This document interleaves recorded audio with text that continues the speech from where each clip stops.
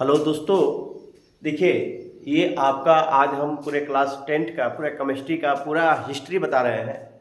इसमें class 10th या 12th भी हर कंपटीशन में आने वाला ये समझो कि एक केमिस्ट्री का रामबाण है।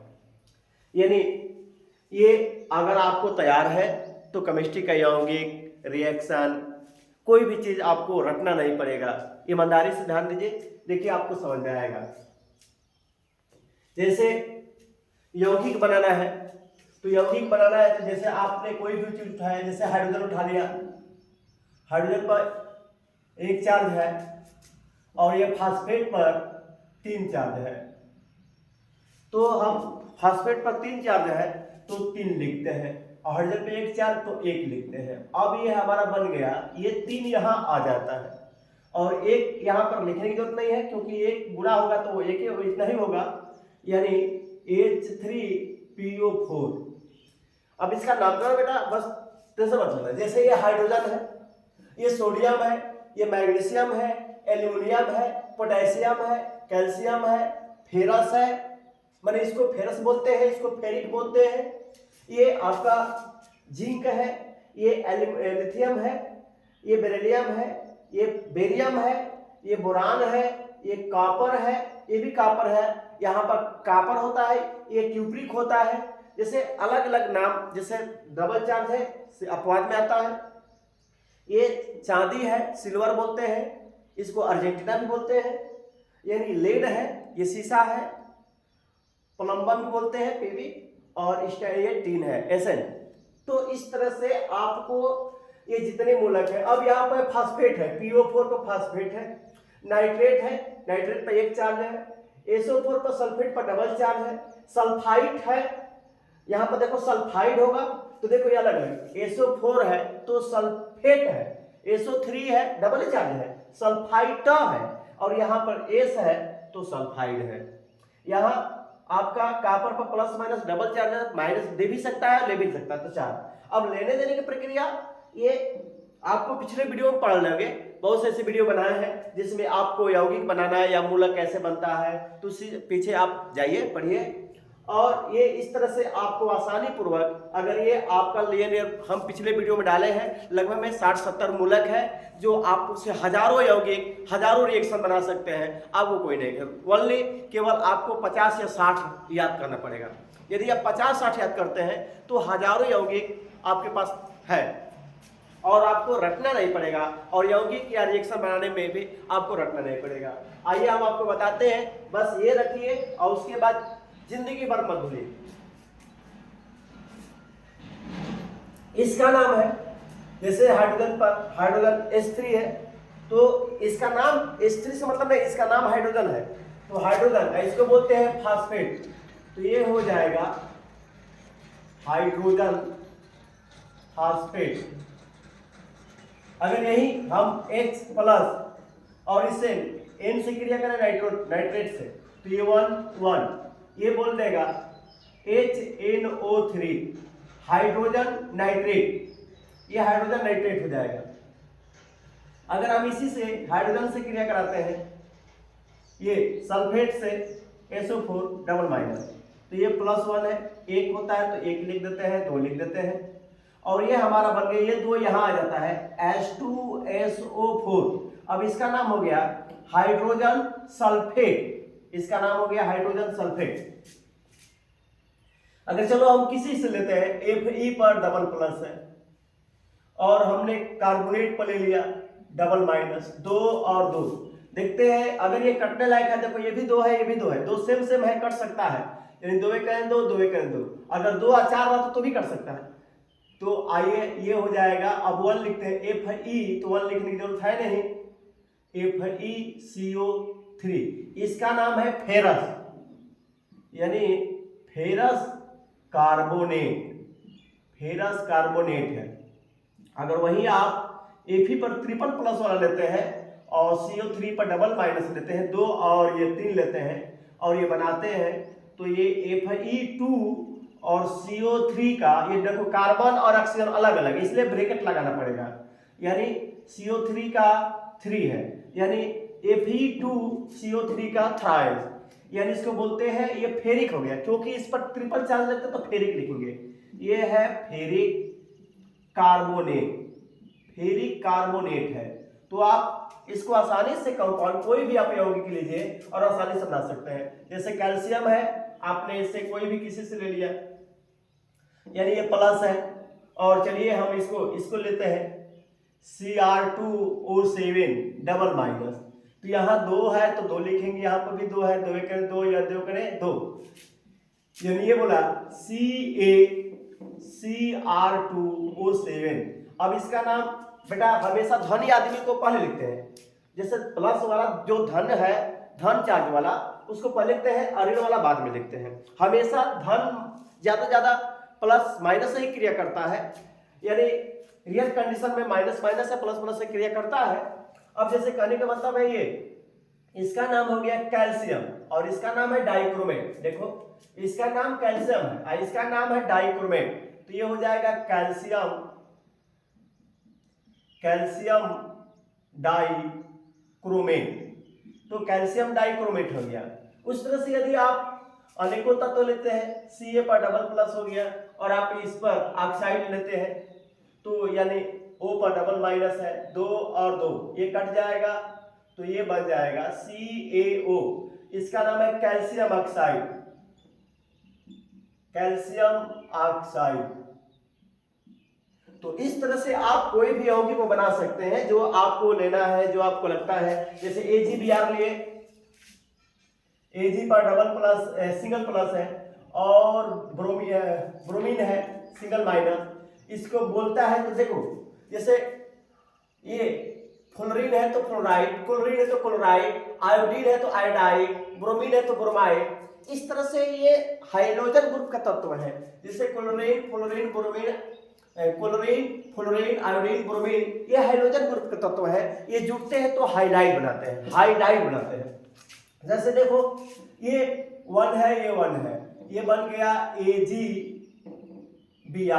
अब इसका नाम है सिल्वर और ये ब्रोमीन ब्रोमाइड बनाता है, तो ये हो जाएगा सिल्वर ब्रोमाइड। इसका नाम हो जाएगा सिल्वर ब्रोमाइड। अब बता रहे बेटा कि जैसे आपको पेपर में जैसे आता है रिएक्शन करने के तरीका, जैसे मान लीजिए तो आप यौगिक पढ़ लिए, अब जैसे आप पेपर में आएगा कैसे इस तरह से रिएक्शन बनाने का।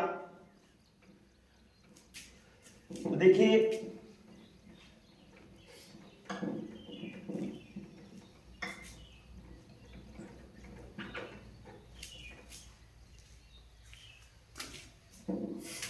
अब आप जैसे मान लीजिए कि आपने अम्ल लिया और क्षारक ले लिया। अम्ल क्षारक में अम्ल में आप H2SO4 HCl ले लिया, HNO3 ले लिया, H2S ले लिया, CH3COOH ले लिया, और हमने क्षारक में चलिए H3Pl ले लो, H3PO4 भी ये अम्ल है। क्षारक में NaOH, KOH कास्टिक पोटास है। अब इसका नाम है सल्फ्यूरिक अम्ल। हम आपको बता दे रहे हैं ये सल्फ्यूरिक अम्ल है, सल्फ्यूरिक अम्ल है। ये हाइड्रोक्लोरिक अम्ल है, हाइड्रोक्लोरिक अम्ल है। ये नाइट्रिक अम्ल है, नाइट्रिक अम्ल। ये हाइड्रोजन सल्फाइड है, ये साधारण नाम भी है, हाइड्रोजन सल्फेट है, हाइड्रोजन क्लोराइड है, हाइड्रोजन नाइट्रेट है, साधारण नाम भी बोल सकते हैं, या व्यापारिक नाम भी है, ये साधारण नाम है। हाइड्रोजन सल्फाइड है, सल्फाइड है। ये एस्टिक अम्ल है, या इसको हाइड्रोजन एस्टेट कहते हैं, पीछे से पढ़ते हैं। हाइड्रोजन ये प्लस है, एस्टेटाइड ये देखो यहाँ पर होता है, तो हाइड्रोजन एस्टेट या एस्टिक अम्ल है, इसको बोलते हैं एसिटिक अम्ल है। और ये सल्फ्यूरस अम्ल, सल्फ्यूरस अम्ल बोलते हैं, सल्फ्यूरस अम्ल बोलते हैं। तो यानी इसको नाम हाइड्रोजन फास्फेट भी कहते हैं। और हम चलिए क्षारक लेते हैं कुछ, जैसे NaOH, इसको कास्टिक सोडा बोलते हैं, कास्टिक सोडा या सोडा लाइम भी नाम से जाना जाता है। KOH, कास्टिक पोटास बोलते हैं इसे। CaO, ये चूना है, और CaOH ट्वाइस, ये चूने का पानी है या बुझा चूना बोलते हैं, चूने का पानी या बुझा चूना। यानी इस तरह से आप NaOH ले लिए हैं, MgO कर रहे हैं, मैग्नीशियम ऑक्साइड है। यानी इस तरह से हम आपको बता रहे हैं कि नामकरण, जैसे साधारण नाम, ये तो आपका साधारण नाम या व्यापारिक नाम है, जबकि रासायनिक नाम होता है हाइड्रोजन सल्फेट, हाइड्रोजन क्लोराइड। देखो हाइड्रोजन है आइसल्फेट, SO4 सल्फेट, यानी hydrogen sulphate, hydrogen chloride, hydrogen nitrate, ये सारा इससे नाम आसानी से पढ़ लोगे।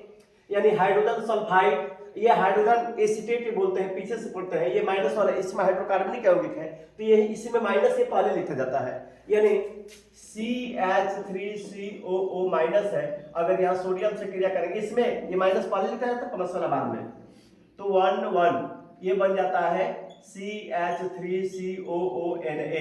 लेकिन नामकरण में जैसे मान लीजिए कि ये सोडियम है, तो सोडियम को पहले लिखते हैं, नामकरण करता है सोडियम एसीटेट, इसका नाम हो जाएगा सोडियम एसीटेट। तो इस तरह से बेटा आप आसानी से बना सकते हो।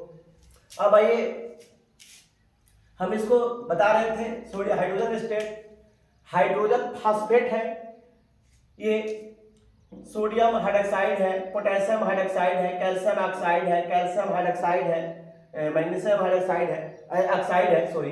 तो इस कंडीशन में अच्छे बता, मान ले कि आपको मूलक तैयार नहीं, कभी कभी भूल जाते हैं, तो जैसे इसका मूलक कितना है, SO4 पर डबल माइनस, सॉरी कैसे, तो इस पर हाइड्रोजन 2 है, तो इस पर डबल माइनस, इसमें हाइड्रोजन कितने हैं 1, तो कुल पे 1 माइनस, इसमें हाइड्रोजन कितने हैं, तो नाइट्रेट हाइड्रोजन 1 है इसलिए 1 माइनस, इसमें हाइड्रोजन कितने हैं 2 है, तो सल्फाइड पर डबल माइनस, ठीक है। इसमें पीछे से हाइड्रोजन देखते हैं, इसमें हाइड्रोजन कितना है 1 है, तो स्टेट पर 1 माइनस, ठीक है। इसमें हाइड्रोजन कितना है 3 है, तो फास्फेट पर 3 माइनस, देख रहे हैं ना इसमें। यानी इस तरह से हम आसानी से अम्लों का निकाल सकते हैं। अम्ल किसे कहते हैं, क्योंकि पेपर में देता है अम्ल क्या है, तो हम बोल सकते हैं कि वह पदार्थ या वह यौगिक जो जल में घुलकर H धनायन देते हैं, H धनायन देते हैं, उन्हें अम्ल कहते हैं। आप अम्ल के डिफिनेशन आसानी से दे सकते हैं कि वे यौगिक जो जल में घुलकर H धनायन देते हैं, उन्हें अम्ल कहते हैं। और अम्ल आप लिख लेंगे पेपर में आसानी से, दो एक शब्द में लिख लेंगे। क्षार, क्षारक क्या है, वे यौगिक जो जल में घोलकर OH आयन देते हैं या O आयन देते हैं, यानी हाइड्रोक्सिल आयन देते हैं या ऑक्साइड आयन देते हैं, उन्हें क्षारक कहते हैं। ये शब्द जितना है क्षारक या क्षार बोलते हैं, और ये अम्ल है। आइए हम आपको पेपर में आता है उदासीनीकरण अभिक्रिया। उदासीनीकरण अभिक्रिया क्या है, तो आइए पेपर में जैसे नॉर्मली भाषा में, जैसे ये देखो H2SO4, कोई अम्ल लो और एक क्षार लो, NaOH क्रिया कराता है। तो देखो इसमें रिएक्शन क्रिया कराते समय ये हमेशा प्लस माइनस को ध्यान देना है बेटा। ये आपका बता रहे हैं कि आप पेपर में बैठोगे तो दिएगा सल्फ्यूरिक अम्ल, इस तरह से हिंदी में लिखता है कि सल्फ्यूरिक अम्ल और कास्टिक सोडा को क्रिया करने पर क्या बनता है। तो आइए देखिए हाइड्रोजन सल्फेट और सोडियम हाइड्रोक्साइड से क्रिया कराने पर क्या बनता है। तो इसमें आपका ये प्लस है और ये वाला माइनस है, ये प्लस है ये माइनस है। ये कहां से पता चलेगा कि प्लस माइनस क्या है, तो बेटा यहाँ जो जितना लिखे हैं या 50-60 मौलिक पिछले वीडियो में बताए हैं, वो अगर मूलक याद कर लिए यानी आयन याद कर लिए, तो आपको रिएक्शन बनाने में भी कहीं दिक्कत नहीं आएगी, यौगिक बनाने में भी कहीं दिक्कत नहीं आएगी, आपको कभी यह रटना नहीं पड़ेगा। आइए देखते हैं यहाँ पे, ये प्लस है और ये माइनस है, ये प्लस है ये माइनस है, कैसे पता चला? तो वहां से देखिए ये, तो यहाँ आपका चलिए ये प्लस जो है माइनस से क्रिया करेगा और ये माइनस प्लस से क्रिया करेगा, ये इससे क्रिया ये इससे क्रिया करेगा। तो देखिए कैसे कराते हैं, Na पर एक प्लस होता है, कैसे पता चलेगा? वहां पर लिखा है Na पर एक प्लस, SO4 पर कितना माइनस है, तो कहां से पता चलेगा? तो यहाँ पर देखो लिखा है ये माइनस, डबल माइनस है। तो अच्छा नहीं भी है, भूल गए हो, तो इस पर हाइड्रोजन कितने हैं? 2 है, तो इसलिए डबल माइनस, 2 ये और 1 ये बना दिया Na2SO4।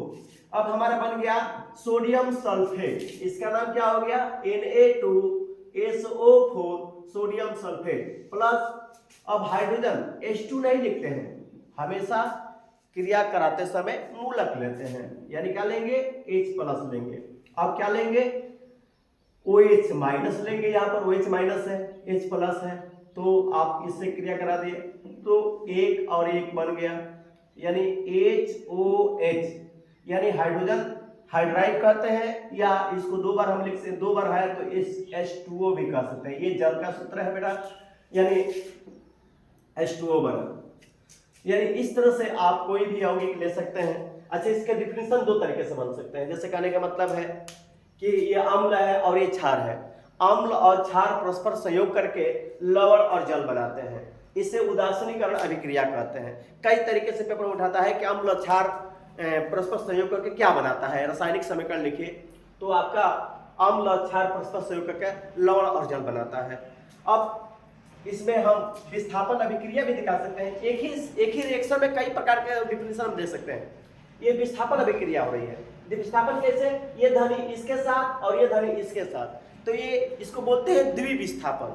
द्विविस्थापन अभिक्रिया का मतलब है कि जब किसी यौगिक 2 या 2 से यौगिकों के, जैसे दो होता है तो इसमें 2 ही होंगे, द्विविस्थापन के मतलब कि जिसमें 2 यौगिक माने जिनके 2 यौगिकों या आयन माने धनायन और ऋणायन परस्पर विनिमय करते हैं। 2 यौगिकों के आयन जो धनायन और ऋणायन जो होता है परस्पर विनिमय करते हैं, धनायन या मूलक बोल सकते हैं कि परस्पर विनिमय द्वारा नए यौगिकों का निर्माण करते हैं, परस्पर विनिमय बना, तो क्या बोलेंगे? 2 यौगिक के धनायन या मूलक परस्पर विनिमय द्वारा नए यौगिकों का निर्माण करते हैं, उन्हें द्विविस्थापन अभिक्रिया कहते हैं। एग्जाम्पल में आप ये लिख लोगे, जैसे आओ और भी दिखा दे रहे हैं, जैसे HCl ले लो और आप HCl लेकर कोई भी अब तत्व ले लो, इसमें से चलो चूना ले लो CaO, अब इससे क्रिया कराओगे। इसमें भी देखो, इसमें बेटा आपको बता रहे हैं कि इसमें सबसे बड़ी जरूरी है आपका मूलक, ये प्लस है ये प्लस है, ये माइनस है ये माइनस है, ये प्लस इससे क्रिया करेगा, ये माइनस है, और ये वाला इससे क्रिया करेगा। तो आइए Ca पर कितना प्लस होता है? तो डबल चार्ज होता है, कैसे पता चलेगा? तो वहां लिखा है कहीं Ca पर डबल प्लस, और Cl पर सिंगल माइनस होता है, 1 और ये 2, ये यहाँ पर, ये 2 यहाँ पर आ जाएगा, यहाँ 1 लिखने की जरूरत नहीं है, C1 नहीं लिखा जाता है, 1 लिखने के नहीं भी लिखोगे तभी 1 होता है, तो CaCl2 कैल्शियम क्लोराइड हो गया, CaCl2 ये कैल्शियम क्लोराइड हो गया, प्लस अब आपके पास बचा क्या? ये ऑक्सीजन जो है हाइड्रोजन से क्रिया करेगा, तो H प्लस होता है, ऑक्सीजन पर डबल माइनस होता है, 2 और 1 हो गया, ये बन गया H2O, यानी आपका ये जल बन गया। कोई दिक्कत है? यानी अम्ल और ये क्षार परस्पर संयोग करके लवण और जल बनाते हैं, इसको धात्विक लवण भी बोलते हैं। अब देखिए जैसे कोई भी तत्व है, जैसे आपको हम HNO3 ले रहे हैं प्लस, आपको एक कास्टिक पोटास ले रहे हैं, KOH ले रहे हैं। अब यहाँ पर कहने का मतलब है कि ये प्लस है ये माइनस है, ये प्लस है ये माइनस है, अगर इससे क्रिया कराएंगे तो क्या बनेगा? यानी हमेशा K पर प्लस है और NO3 पर माइनस है, तो ये 1 बन जाएगा, यानी KNO3, यानी इसका नाम हो गया पोटेशियम नाइट्रेट, और प्लस आपका एक OH है और ये हाइड्रोजन है, यानी H प्लस ये 1 ये बन गया HOH, यानी H2O लिख सकते हैं। तो इस तरह से आप द्विविस्थापन अभिक्रिया भी कर सकते हैं। हम ये भी कर सकते हैं, जैसे पेपर में आता है संयोजन अभिक्रिया, संयोजन अभिक्रिया। तो संयोजन अभिक्रिया क्या है, तो देखो H2 प्लस N2, ये जो है H2 प्लस N2 यानी ये बनता है, देखो हाइड्रोजन पर 1 प्लस होता है, इसमें नाइट्रोजन पर लिखते हैं तो नाइट्रोजन पर 3 माइनस होता है, हाइड्रोजन पर 1 प्लस होता है, 1 और 3 बन गया, यानी ये बन गया NH3, यानी ये NH3 अमोनिया बना। ये आपका हाइड्रोजन है, ये नाइट्रोजन है और ये बनता है अमोनिया। अब इसमें इसके उत्प्रेरक कार्य करता है, इसमें फिर देखिए ये बनता है, ये हाइबर विधि से बनता है, यानी 500 डिग्री सेल्सियस पर और 200 वायुमंडल दाब पर, 200 वायुमंडलीय दाब है, 500 डिग्री सेल्सियस ताप और 200 वायुमंडलीय दाब पर ये क्या होता है, हम ऐसे बोलेंगे, पहले ये लिख लो कि 200 वायुमंडलीय दाब और 500 डिग्री सेल्सियस ताप पर जब गर्म करते हैं उसमें फेरस उत्प्रेरक होता है और मोलिब्डेनम उत्प्रेरक वर्धक होता है। ये फेरस उत्प्रेरक होता है जो क्रिया को तेजी से बढ़ाता है, मोलिब्डेनम उत्प्रेरक वर्धक होता है जो रोकने का प्रयास करता है। ये बना दिया, यानी हाइड्रोजन और नाइट्रोजन को हम जब बन लिए तो ये अमोनिया गैस बना। अगर रासायनिक समीकरण संतुलित करना है, संतुलित नहीं करना है बेटा, संतुलित आसानी से कर सकते हो। जैसे यहाँ पर देखो हाइड्रोजन 2 है, यहाँ पर हाइड्रोजन 3 है, यहाँ पर नाइट्रोजन 2 है, यहाँ पर नाइट्रोजन 1 है, तो हम क्यों नहीं यहाँ 2 कर दे, यहाँ पर ऐसे लगाते हैं तो 2 3 6, तो यहाँ पर हो जाएगा आपका ये 2 3 6 हो गया, तो हाइड्रोजन 6 हो गया, नाइट्रोजन 2 हो गया, तो इधर भी हम 3 लगा देंगे, 3 दूनी का 6 हो गया। इस तरह से हम करते हैं।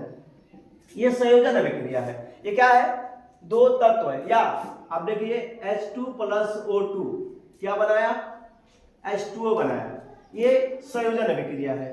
कार्बन प्लस, जब कोयले के चूर्ण को जलाते हैं, कोयले के चूर्ण को ऑक्सीजन में जलाते हैं तो ये बनाता है CO2 गैस। कैसे बनाया भैया, तो देखिए ये कार्बन पर जैसे ऑक्सीजन ले तो ऑक्सीजन पर 4 2 माइनस, इस पर जब माइनस लेते हैं तो उसको प्लस लेंगे, क्योंकि ये माइनस प्लस दोनों होता है, माइनस प्लस दोनों होता है, तो हम यहाँ 2 और यहाँ 4 लिए तो कट जाएगा, 2 एक 2 और 2 दूनी का 4, ये 2 यहाँ पर बन गया, यानी 2 आया, तो हाई 2 यहाँ पर, ये 2 यहाँ पर, CO2 हो गया, कार्बन डाइऑक्साइड, यानी CO2 गैस बनाया।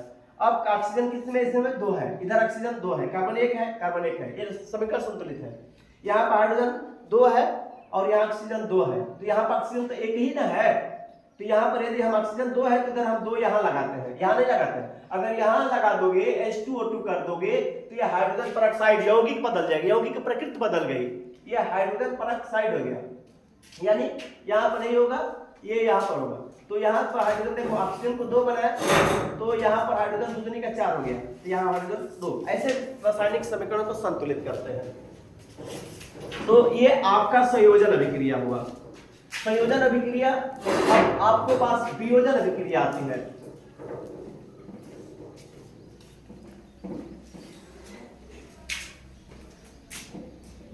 वियोजन अभिक्रिया, वियोजन अभिक्रिया क्या है, तो एकल यौगिक माने टूटकर 2 या 2 से अधिक यौगिकों में उत्पत्ति होती है, निर्माण करता है, उसे वियोजन अभिक्रिया कहते हैं। जैसे आप कोई भी ले लो, नौसादर ले लो, NH4Cl, ये नौसादर है, जब इसको गर्म करते हो तो NH3 अमोनिया बनाता है प्लस HCl बनाता है।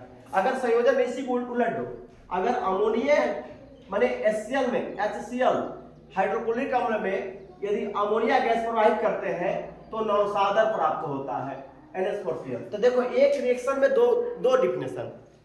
अगर वियोजन अभिक्रिया निकालना है तो आप क्या करोगे, यानी अमोनिया गैस और नौसादर को गर्म करते हैं तो अमोनिया प्लस हाइड्रोक्लोरिक अम्ल प्राप्त होता है। लेकिन अगर वही संयोजन अभिक्रिया तो अमोनिया में हाइड्रोक्लोरिक अम्ल में अमोनिया गैस प्रवाहित करते हैं तो नौसादर प्राप्त होता है। यह संयोजन अभिक्रिया आ गया। वियोजन में जैसे संयोजन भाव भी लिख सकते हैं, CaO चूना है, चूने में जब पानी डालते हैं तो ये बनाता है, देखिए इस H2O को हम HOH लिख सकते हैं, HOH। अब यहाँ ये प्लस ये माइनस, ये प्लस ये माइनस। अब बेटा यहाँ पर बात आती है कि ये माइनस है, Ca पर डबल प्लस है और OH पर एक माइनस है, ये 1 और ये 2, ये बन गया CaOH का ट्वाइस हो गया। अब यहाँ पर चूने का पानी CaOH का ट्वाइस, तो हाइड्रोजन 2 है और ये हाइड्रोजन 2 है, ऑक्सीजन भी 2 है, ऑक्सीजन 2 है, यानी कंप्लीट हो गया। अब कुछ बने तो नहीं है। यानी जब चूने के पानी माने चूने में पानी डालेंगे, चूने में जब पानी डालेंगे तो ये बन गया चूने का पानी यानी कैल्शियम हाइड्रोक्साइड। ये भी संयोजन अभिक्रिया है। यानी इस हिसाब से आपको वियोजन अभी और संयोजन अभिक्रिया मिल गई। अब आपको बताते हैं जैसे कभी कभी तत्व आता है जैसे उसमें विद्युत अपघटन। तो बेटा H2 प्लस विद्युत अपघटन। वियोजन अभिक्रिया 3 प्रकार की होती है, यानी उसमें वियोजन, प्रकाश अपघटन और विद्युत अपघटन। तो H2 प्लस O2 ये बन गया H2 प्लस O2। आप विद्युत अपघटन लिख लोगे,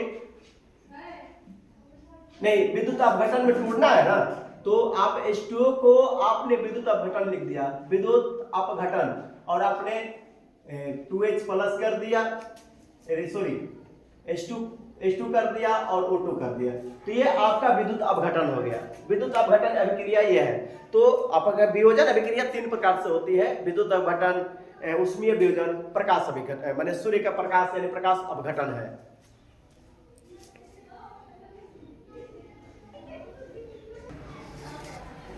जैसे आपको बता रहे हैं कि उष्मा शोषी अभिक्रिया, उष्मा शोषी अभिक्रिया। तो उष्मा शोषी अभिक्रिया बेटा हम कई प्रकार से ले सकते हैं, जैसे आप C12 H22 O11 में अगर हम H2O डालते हैं, जल डालते हैं, तो इसका घोल जो बनता है C6H12O6, फिर ये ग्लूकोज होता है, ग्लूकोज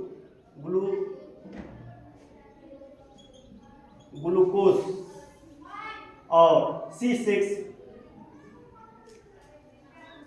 ये फ्रक्टोज होता है, फ्रक्टोज माने ग्लूकोज C6H12O6, ये भी C6H12O6, और इसमें ऊर्जा माइनस होती है। यानी ये इसका जो जब चीनी में पानी डालते हैं तो इसका विलयन ठंडा हो जाता है, यानी इसमें उष्मा निगेटिव है, माइनस ऊर्जा हुई, यानी ऊर्जा ली, यानी ऊर्जा लेने पर ऊर्जा ऐसे या तो इधर प्लस कर दो या तो इधर माइनस कर दो।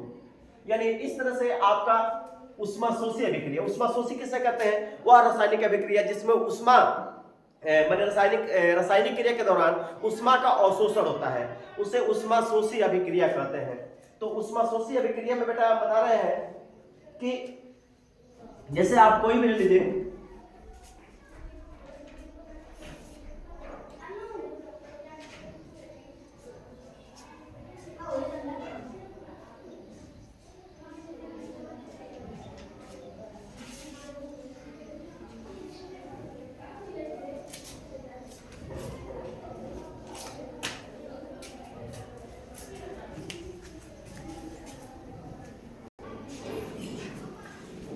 जैसे आपको हम बता रहे थे उष्मा शोषी अभिक्रिया।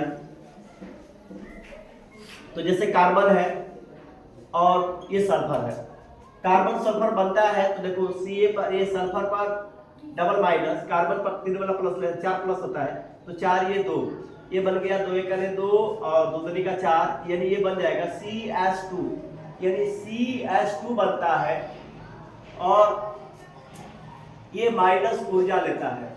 यानी इस तरह से हम इसको उष्मा शोषी अभिक्रिया कहते हैं। जबकि उष्मा क्षेपी अभिक्रिया में क्या होता है? उष्मा क्षेपी अभिक्रिया। तो उष्मा क्षेपी अभिक्रिया में क्या होता है कि जैसे हमने बताया कि चूने में अगर आप पानी डालते हो H2O, ये बनता है CaOH का ट्वाइस बनता है और प्लस इसमें ऊर्जा निकलती है, यानी CaOH का ट्वाइस बनता है प्लस ऊर्जा निकलती है। यानी अगर हम मेथेन को और भी देख सकते हैं, मेथेन को जब ऑक्सीजन में जलाते हैं तो ये देखिए इसमें कार्बन है, ऑक्सीजन से क्रिया करता है, तो CO पर 4 प्लस होता है और ऑक्सीजन पर डबल माइनस होता है, तो 2 ये और 4 ये, यानी 2 और ये एक करने, तो ये बन जाएगा कार्बन डाइऑक्साइड बन गया और प्लस हाइड्रोजन ऑक्सीजन से क्रिया करके जल बनाता है, प्लस इसमें ऊर्जा निकलती है। तो ये आपका कंडीशन है उष्मा क्षेपी अभिक्रिया। उष्मा क्षेपी अभिक्रिया का मतलब होता है कि जिसमें जिस रासायनिक अभिक्रिया में ऊर्जा निकलती है, निर्मुक्त होती है, उसे ऊष्माक्षेपी अभिक्रिया कहते हैं। और ऊष्माशोषी अभिक्रिया में जिस रासायनिक अभिक्रिया में ऊर्जा का अवशोषण होता है उसे ऊष्माशोषी अभिक्रिया कहते हैं। तो इस तरह से आपका ये ऊष्माक्षेपी और ऊर्जा हो गया। अब आइए आपको बताते हैं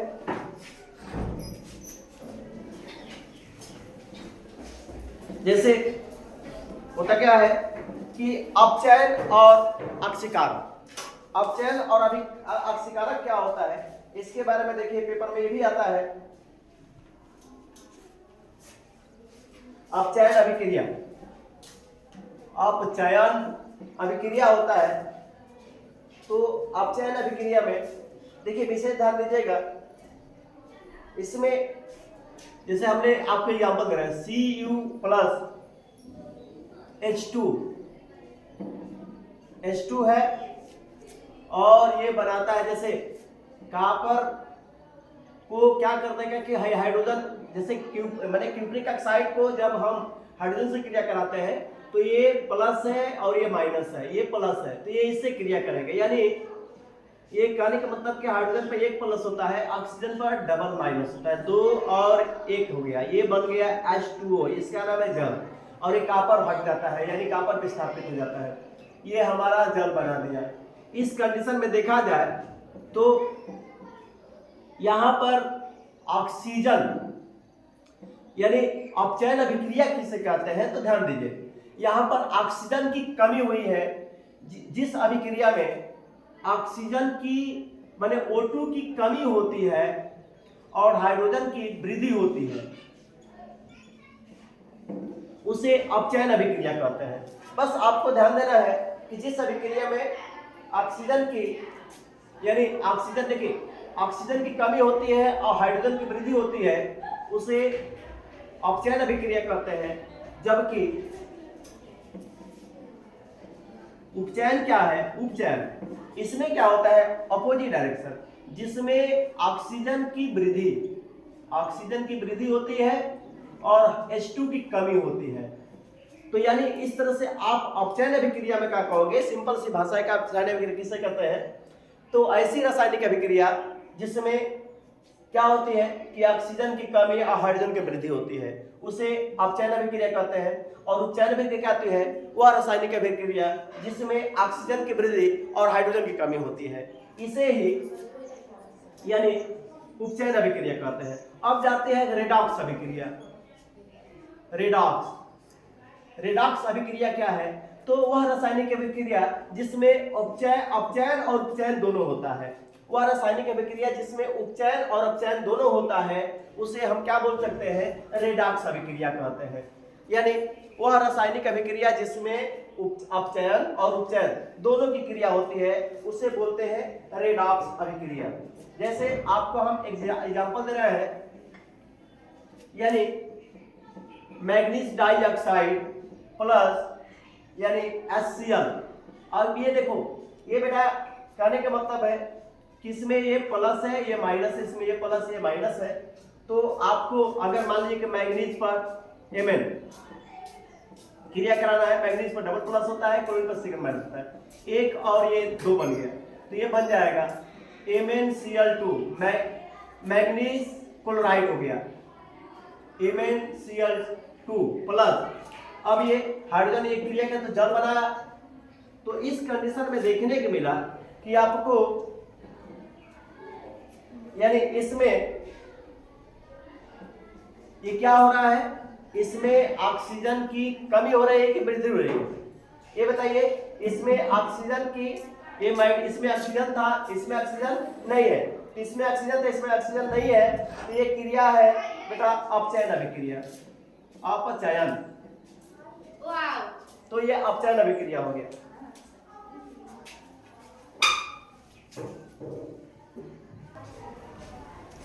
तो हम बेटा ये बता रहे थे अपचयन अभिक्रिया, अपचयन।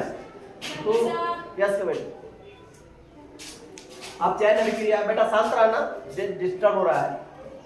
तो अपचयन अभिक्रिया में हमने बताया था कि देखिए ये बनता है और ये क्लियर कितना है, प्लस ये फ्लोरीन गैस भी निकल जाती है। तो यानी हम कह सकते हैं कि मैग्नीज डाइऑक्साइड जब हाइड्रोक्लोरिक अम्ल से क्रिया करता है तो इसमें मैग्नीज क्लोराइड बनाता है, जल बनाता है, फ्लोरीन गैस बनाता है।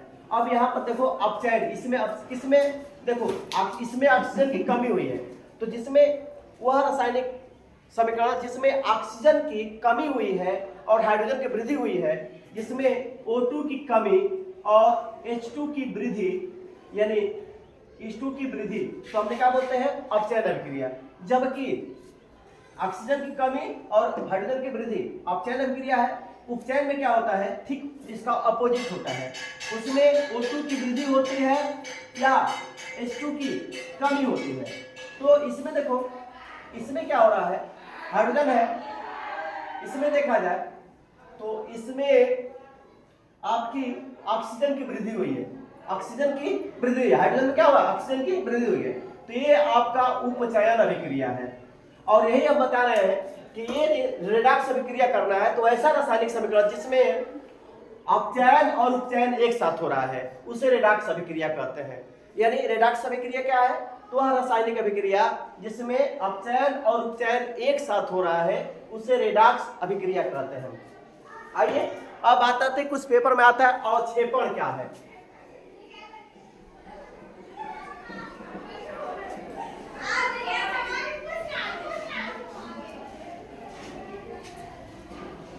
अवक्षेपण अभिक्रिया। अवक्षेपण अभिक्रिया में वह रासायनिक अभिक्रिया जिसमें अवक्षेप प्राप्त होता है, वह रासायनिक अभिक्रिया जिसमें अभिक्रिया के दौरान अवक्षेप प्राप्त होता है उसे अवक्षेपण अभिक्रिया कहते हैं। जैसे मान लें कि हम रासायनिक अभिक्रिया करते हैं तो जैसे लेड नाइट्रेट से पीबी, देखो लेड नाइट्रेट कैसे पता चलेगा कि लेड नाइट्रेट का है, तो Pb पर डबल प्लस है, NO3 पर सिंगल माइनस है, एक और ये दो, ये बन गया Pb और ये NO3 का ट्वाइस यानी लेड नाइट्रेट इसको बोलते हैं। तो Pb NO3 का ट्वाइस ये लेड नाइट्रेट हो गया। और आपका सोडियम सल्फेट से क्रिया करा लो Na2Na से, जैसे मान लें कि सोडियम पर कितना होता है Na प्लस SO4 पर डबल माइनस, दो और एक हो गया, ये बन गया, तो ये बन गया Na2SO4, ये सोडियम सल्फेट हो गया।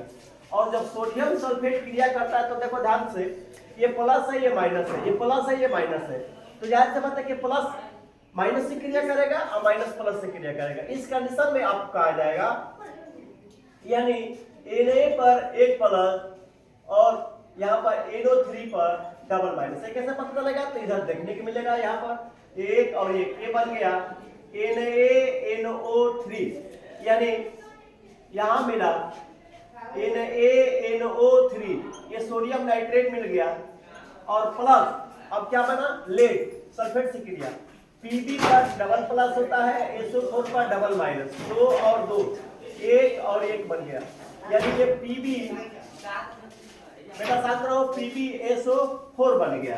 यानी इस समय PbSO4 यानी ये आपका सफेद अवक्षेप प्राप्त हुआ। तो यानी लेड नाइट्रेट से सोडियम सल्फेट को क्रिया कराते हैं तो लेड सल्फेट का एक सफेद अवक्षेप प्राप्त होता है, इसे ही हम अवक्षेपण अभिक्रिया करते हैं और इस रासायनिक समीकरण में आसानी से लिख सकते हो। तो यानी अवक्षेपण अभिक्रिया ये है आपका।